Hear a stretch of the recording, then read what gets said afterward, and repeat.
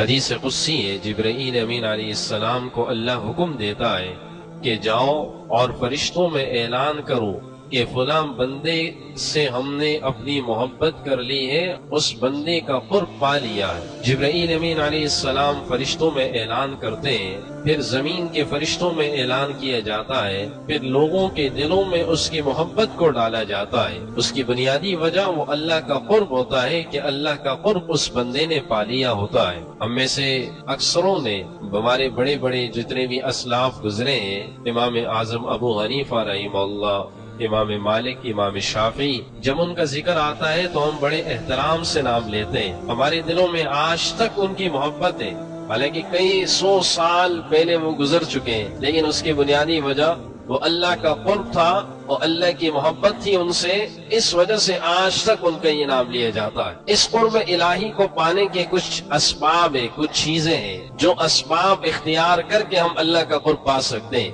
اللہ ایک آیت میں فرماتا ہے وَمَا أَمْوَالُكُمْ وَلَا أَوْلَادُكُمْ بِالَّتِي تُقَرِّبُكُمْ عِنْدَنَا زُلْفَىٰ إِلَّا مَنْ آمَنَ وَعَمِلَ صَالِحًا۔ نہ تمہارے اموال، نہ تمہاری اولادیں تمہیں ہمارے قریب نہیں کر سکتی، إِلَّا مَنْ آمَنَ وَعَمِلَ صَالِحًا، ایمان اور عمل صالح ہوگا تو ہمارے قریب ہو سکتے، اس کے علاوہ کوئی راستہ نہیں ہے۔ ایک آدمی کے پاس مال ہو اور وہ یہ کہے کہ یہ مال ہے تو میں اللہ کا قریبی ہوں، یہ غلط بات ہے۔ یا میرے پاس اولادیں ہیں تو میں اللہ کا قریبی ہوں، نہیں۔ اللہ فرماتا ہے ایمان اور عمل صالح، مطلب کیا؟ مطلب عقیدہ درست ہونا چاہیے۔ اگر ہمارا عقیدہ درست ہوگا تو اللہ کے قریبی بن سکتے، وگرنہ نہیں بن سکتے۔ ایمان اور عمل صالح کی جہاں بات آتی ہے اس کا مطلب عقیدہ ہوتا ہے کہ عقیدہ ٹھیک کرو اپنا۔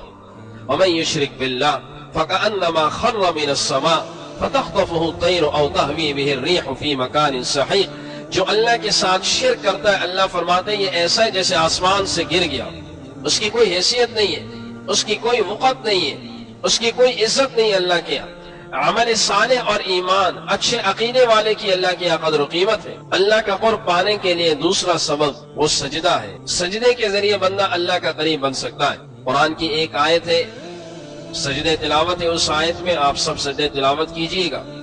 کَلَّا لَا تُطِعْهُ وَاسْجُدْ وَاقْتَرِب، اللہ فرماتا ہے سجدہ کرو اور میرے قریب آ جاؤ۔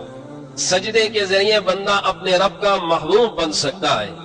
حضرت انس رضی اللہ تعالی عنہ کی روایت ہے کہ رسول اللہ صلی اللہ علیہ وسلم نے ارشاد فرمایا اقرب ما یکون العبد من ربہ وهو ساجد، بندہ اپنے رب کے سب سے زیادہ قریب سجدے کی حالت میں ہوتا ہے۔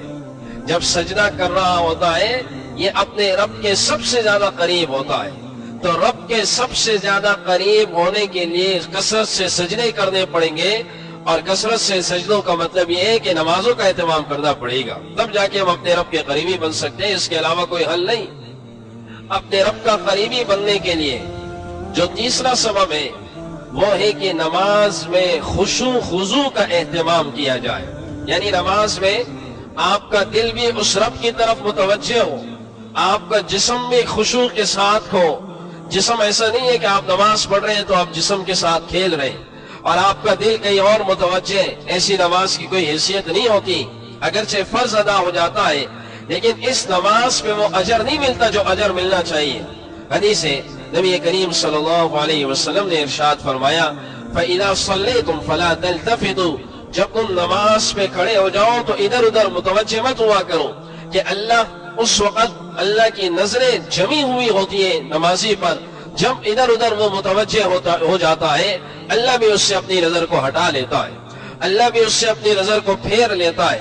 تو حدیث میں آپ نے حکم دیا فلا تلتفتوا، جب نماز میں کھڑے ہو جاؤ تو اپنے دل کو، اپنے جسم کو صرف اللہ کی طرف متوجہ کرو، اللہ کے علاوہ کسی اور طرف متوجہ نہ ہو۔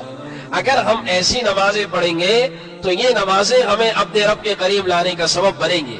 قرب الہی کو پانے کا چوتھا سبب وہ ہے نفل نمازیں، جس کو سنت غیر مؤکدہ کہا جاتا ہے۔ جو سنت مؤکدہ ہے وہ تو واجب کے قریب ہے، جو سنت غیر مؤکدہ ہے جیسے عصر سے پہلے کی 4 رکعتیں، عشاء کی نماز سے پہلے کی 4 رکعتیں، اب یہ سنت غیر مؤکدہ ہے، اس کا اہتمام بھی ہونا چاہیے۔ نبی کریم صلی اللہ علیہ وسلم نے ارشاد فرمایا کہ ما یزال عبدی یتقرب الی بالنوافل، اللہ فرماتا ہے کہ بندہ میرے قریب ہوتا ہے مسلسل نفل نماز پڑھنے سے قریبی بن جاتا ہے، اور جب میرا قریبی بن جاتا ہے میں اعلان کرتا ہوں یہ بندہ میرا قریبی ہو چکا ہے، اور میرے اس اعلان سے فرشتے اس پر عمل درآمد کرتے ہیں، لوگوں کے دلوں میں اس بندے کی محبت کو ڈال دیا جاتا ہے جو بندہ مستقل نفل نمازوں کے ذریعے میرا قریبی بن جاتا ہے۔ چنانچہ آپ نے ایک روایت میں یہ بھی فرمایا کہ اللہ فرض نمازوں کی کمی کو اللہ نفل نمازوں سے پورا کرے گا۔ اور کبھی ہم نے سوچا کہ نبی کریم علیہ السلام نوافل کا کتنا اہتمام کیا کرتے تھے۔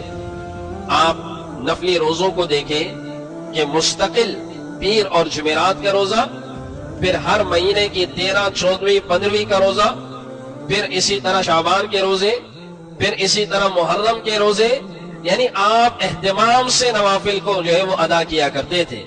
اور یہ اس لیے کہ نفل کے ذریعے بندہ اللہ کے قریبی بن جاتا ہے۔